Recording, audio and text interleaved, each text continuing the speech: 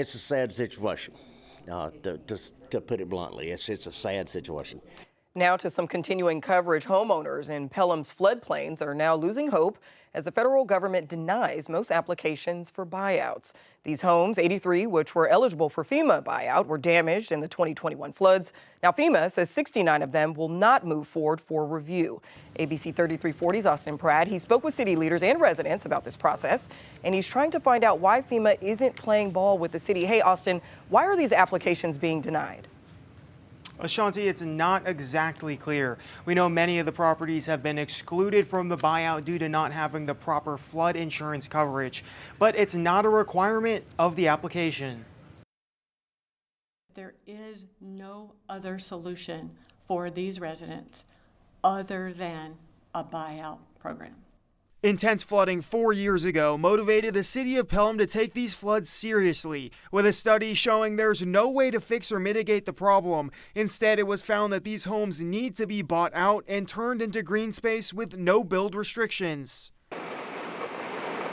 That's where FEMA's Flood Mitigation Assistance Program comes in. This grant allows a government agency to buy your home for its pre-flood damaged value, but it's been 2 years and residents say nothing's happened. The city tells us FEMA has denied most of the applicants. Of the 83 homes the city submitted for consideration, FEMA has identified 14 homes that sustained substantial damage in 2021 that may be eligible to move forward.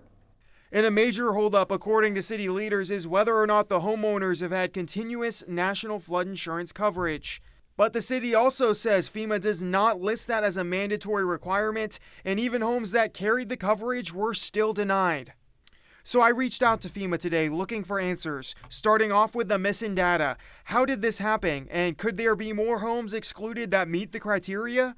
Homeowners of townhomes are denied buyouts unless everyone on the property has NHIP coverage. This means none of Pelham's townhomes qualify. I asked FEMA how this was fair. We've also been told as of now, FEMA hasn't paid out a cent to anyone. And with so many people seemingly being denied coverage in Pelham and no possibility to fix the problem, I asked FEMA, what options do these homeowners have? And I have not yet received a response from FEMA to those questions and more I sent to its media line this morning. In the newsroom, Austin Pratt, ABC 3340 News.